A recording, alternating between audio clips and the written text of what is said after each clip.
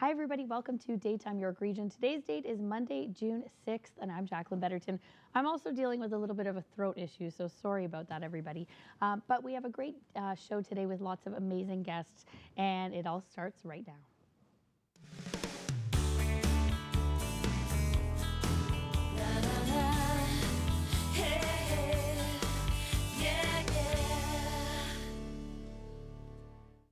Hi, everybody. Welcome back to the show. So today we are so excited because we're talking about summer skincare, and summer is here. We are in full swing.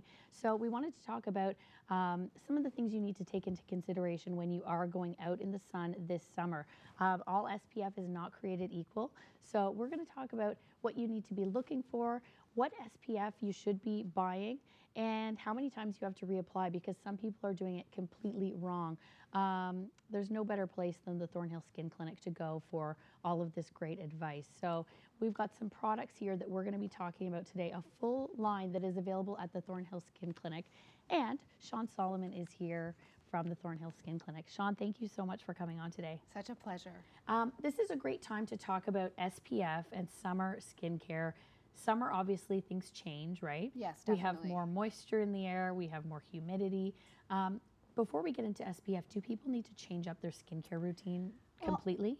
It depends on you. I always say if your skin's changing, then of course you have to consider the change. I find even though there's more moisture in the air, a lot of people find because of more exposure to the sun that they're far drier and they have a harder time holding moisture in their skin.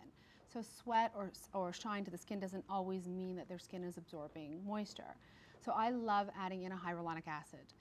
Hyaluronic acid sort of creates a pillow or almost a sponge in the skin that helps the moisture to get to where you want. So almost like a fake lipid layer, somewhere to hold your water.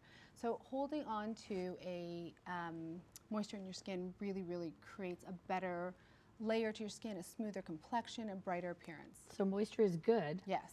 But we want to keep the moisture. We want to hold on to it, yeah. Right, which is difficult to do in the summer because of that sun exposure, right? Well, people don't realize what exposure really means. I hear every single day people come into the clinic and they'll say to me that, oh, but I'm not outside. I'm like, do you drive to work? Do you walk your kids to school? Did you water the grass? Do you walk your dog? People don't realize that where there's light, there's UVA, UVB, now UVC and infrared. So we are exposed all of the time. We don't live in Alaska. So it's very important to create protection all year round. But in the summer, we're outside even more. So our exposure is just that much more evident and the damage is that much more precarious. And so even on a cloudy day, you know, people have been known to go and spend the day outside and they come back with a little bit of a burn. Well, I was just in Punta Cana with my kids and we had a couple cloudy days, which were actually really nice for us because you could be outside longer. And wouldn't you know it, that was the day my husband got a sunburn. And I was on his case about wearing a sunscreen, but you don't feel that same need when you don't feel the sun beating down, and that's wrong. So we have some products here that are really great, and they're all different, right? And they all do different things. Right. So what do you want to talk about today when it comes to SPF? Okay, so SPF, broad spectrum sunscreen, is now the new verbiage that we're using when we're talking about sunscreen. Broad spectrum means protecting you from more than one ray, because what we've previously been protecting ourselves from is UVB, which is the end all be all, and it's the big hole in the ozone layer. Okay. Now we see UVA, UVB, UVC, and infrared. So using a broad spectrum sunscreen that covers at least partial, if not all of those different factors is really important. So what I brought with me today was a few different sunscreen options. The first one that you see over here in the white bottle is just a spectrum sunscreen. So that is the typical sunscreen. It's oil-free, it doesn't create breakouts, it's made specifically for the face, it's non-comedogenic, and it's a great sunscreen, but it's no longer going to protect you from everything. Okay. The second one is by Zoe, and that particular product is a broad spectrum sunscreen. It's also a makeup primer, so it double duties. However, my husband uses it, so it's not necessarily masculine, feminine, because it does help to absorb oil if you're a little bit more oily in the skin. Right. But what's wonderful about that one is it creates a matte finish on the skin and no shine, and it's not greasy and it doesn't smell like sunscreen. It actually won the Beauty Advisory Award for sunscreen in the world. Interesting. The third one sitting there in the green is a powder sunscreen. Now that is one of my favorites because I wear makeup, and even though I have a broad spectrum sunscreen in my makeup, I do have to reapply after 200 minutes, which is active sunscreen's lifespan. So I can just brush it on, And when I brush it on, I've reprotected myself without affecting my makeup, without adding grease, and I'm still, you know, taking care of all my needs. The fourth one is a biggie. It's a brand new one that just hit the market at the end of February, the Canadian market. It's called Total Defense.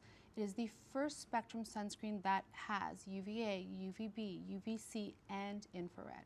It's made specifically for face and hands, so it's beautiful on the skin. It's extremely cost effective, which is a big problem when you're getting into some of the better products, and it goes a long way. So it's kind of very quickly becoming my biggest recommendation because now we have full defense. For sure. That's great news for everybody. We have a minute left. Okay. Did you want to move to the makeup, or do you want to cover this line right Well, here? we can just take a quick look at some Okay. summer skin ideas. So just in quick, we talked about hyaluronic acid a little bit, and Skin Medica has one of the best ones on the market simply because it has a 5 cross-linking. So what that means in English is that it holds moisture in the skin for 24 hours, where normal hyaluronic acid has about a 2 to 3 hour lifespan. Then we have Lytera. Lytera is an antioxidant. Antioxidant protects us from free radical damage that comes from exposure, as well as it has a vitamin C, brightens our skin, and keeps the melanocyte, the thing that makes the skin its negative color, at bay. Love it. And then we have a growth serum. Growth serum helps to rebuild damaged skin.